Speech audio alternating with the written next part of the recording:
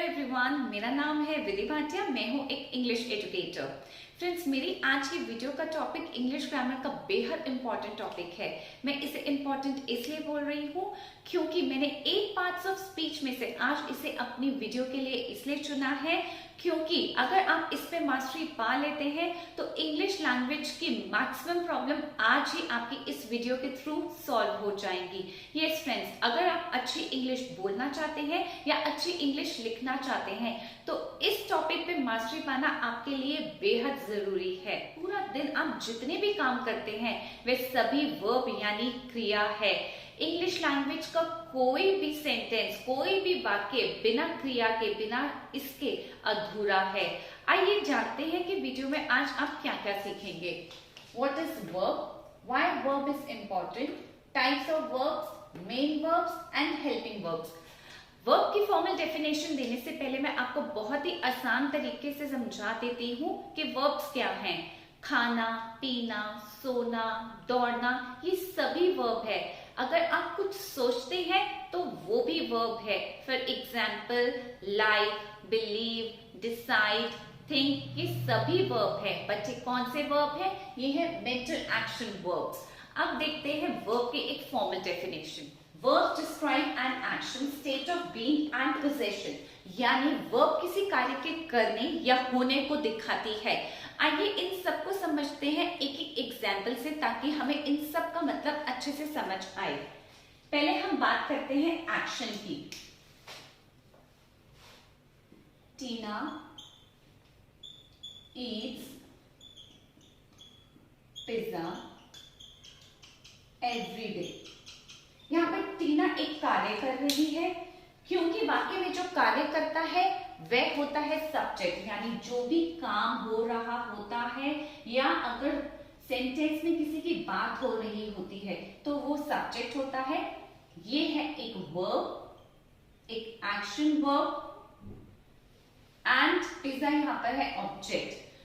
अगर मैं इस सेंटेंस में से ईट्स को रिमूव कर दूं तो मेरे पास बचेगा टीना पिज्जा एवरीडे, जिसका फ्रेंड्स कोई मतलब नहीं रह जाता। इसका मतलब वर्ब जो है वो सेंटेंस को मीनिंग प्रोवाइड करती है। बिना वर्ब के कोई भी सेंटेंस अधूरा है। अब देखते हैं state of being. State of being का मतलब होता है फ्रेंड्स एग्जिस्टेंस या प्रेजेंस को शो करना या कुछ होना दिखाना। जैसे मैं टीचर हूँ, वह किसान है, वे अच्छे दोस्त हैं। होना दिखाने को स्टेट ऑफ बीइंग बोलते हैं। एग्जाम्पल से समझते हैं। आई एम अ स्टूडेंट, मैं एक स्टूडेंट हूं। यहां एम जो है उसका मतलब है हूं, जो कि एक वर्ब है जो होना का ही एक फॉर्म है। और आई यहां पर सब्जेक्ट है क्योंकि हम यहां पे इसकी बात कर रहे हैं। मैं एक स्टूडेंट हूं। एंड अगर मैं इस सेंटेंस में से एम को हटा देती हूं यानी वर्ब को हटा देती हूं तो बचता है आई अ स्टूडेंट, जिसका फ्रेंड्स कोई मतलब नहीं रह जाता। यहां पर भी वर्ब सेंटेंस को मीनिंग प्रोवाइड कर रही है। अब नेक्स्ट बात करते हैं पोजेशन की। I have a red pen, मेरे पास एक रेड पेन है। ये दिखा रहा है पोजेशन कि this pen belongs to me. यहां पे हैव एक वर्ब है, आई सब्जेक्ट है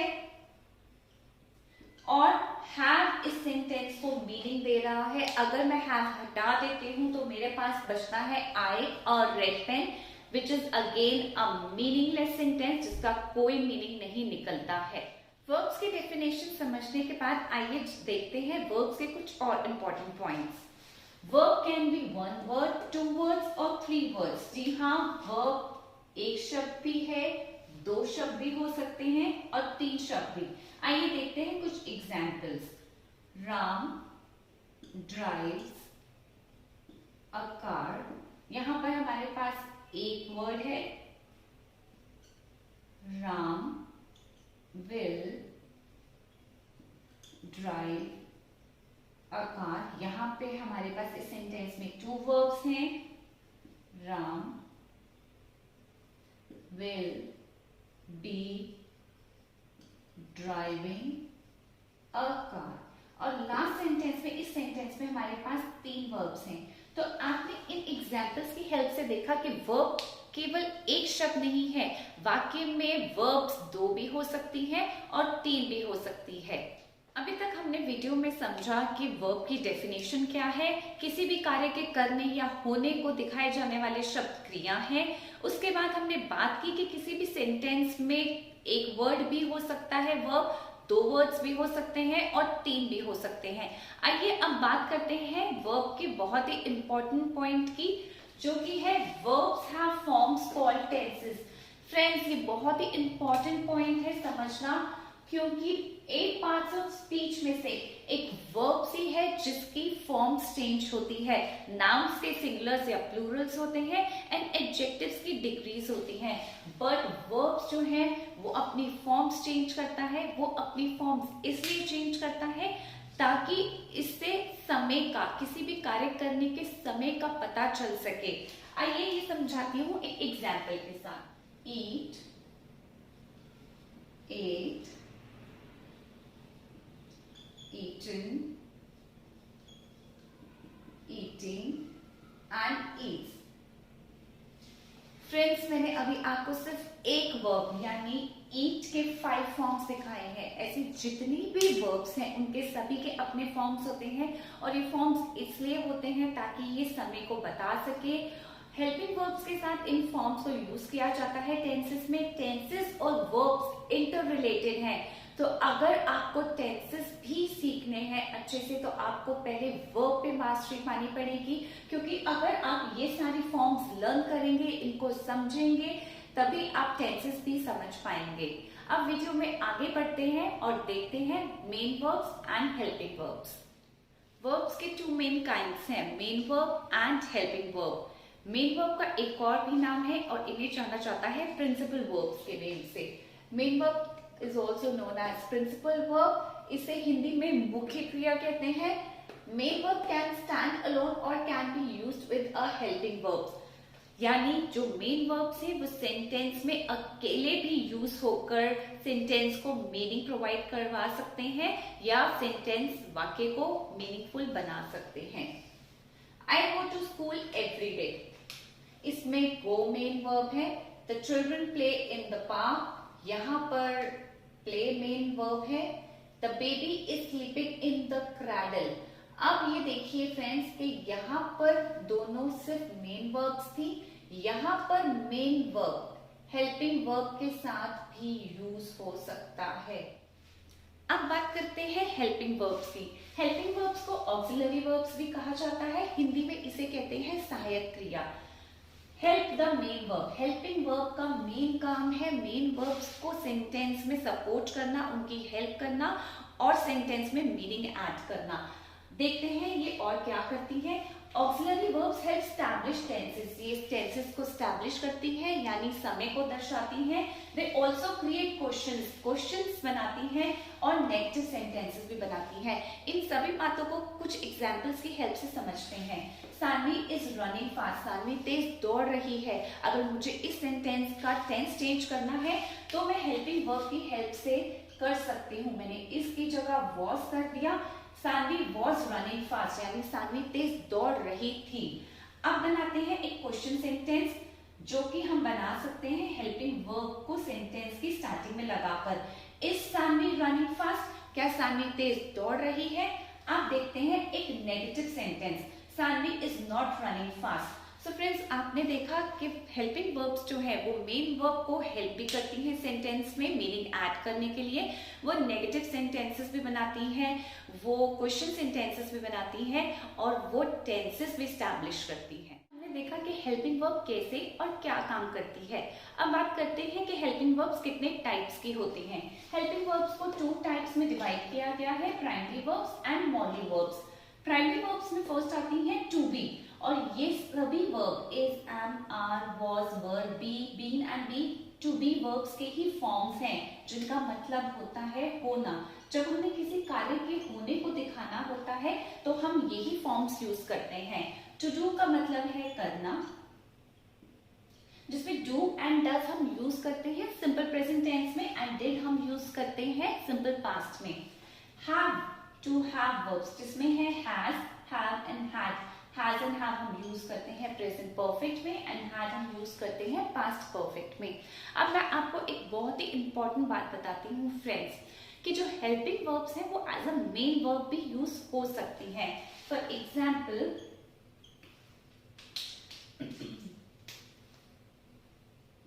I am a farmer। यहाँ पर am जो है एक हेल्पिंग वर्ब है, बट इस सेंटेंस में am अकेले आया है और as a main verb use हो रहा है, जिसका मतलब है हूं, मैं एक किसान हूं। सो अगर कोई भी हेल्पिंग वर्ब सेंटेंस में अकेले यूज होती है तो एज अ मेन वर्ब काम करती है। अब बात करते हैं मॉडल वर्ब्स की। May, might, can, could, should, would, will and shall. ये कुछ एग्जाम्पल्स हैं मॉडल वर्ब्स की। बट मॉडल वर्ब्स क्या होती हैं? मॉडल वर्ब्स डिस्क्राइब करती हैं पॉसिबिलिटी को, एबिलिटी को, यानी आपके काम करने की योग्यता को, एडवाइस एंड परमिशन, यानी अगर आपको परमिशन देनी है या लेनी है तो आपको मॉडल वर्ब्स की हेल्प लेनी पड़ेगी। मैं ये आपको एक्सप्लेन करती हूँ कुछ एग्जाम्पल से। May you live long, you must help the needy, I can swim। ये कुछ एग्जाम्पल सेंटेंसेस हैं मॉडल वर्ब्स के। अब वीडियो में आगे बढ़ते हैं और देखते हैं two kinds of main verbs की, transitive verbs and intransitive verbs. But पहले वीडियो में बात करते हैं ट्रांजिटिव वर्ब्स की। Transitive verbs require direct object to express a complete meaning of the sentence। यानी transitive verbs को अपना मीनिंग कंप्लीट करने के लिए सेंटेंस में, वाक्य में एक डायरेक्ट ऑब्जेक्ट की जरूरत पड़ती है। डायरेक्ट ऑब्जेक्ट के बिना ट्रांजिटिव वर्ब्स अपना मीनिंग कंप्लीट नहीं कर पाते। इसको देखते हैं एक एग्जांपल की हेल्प से।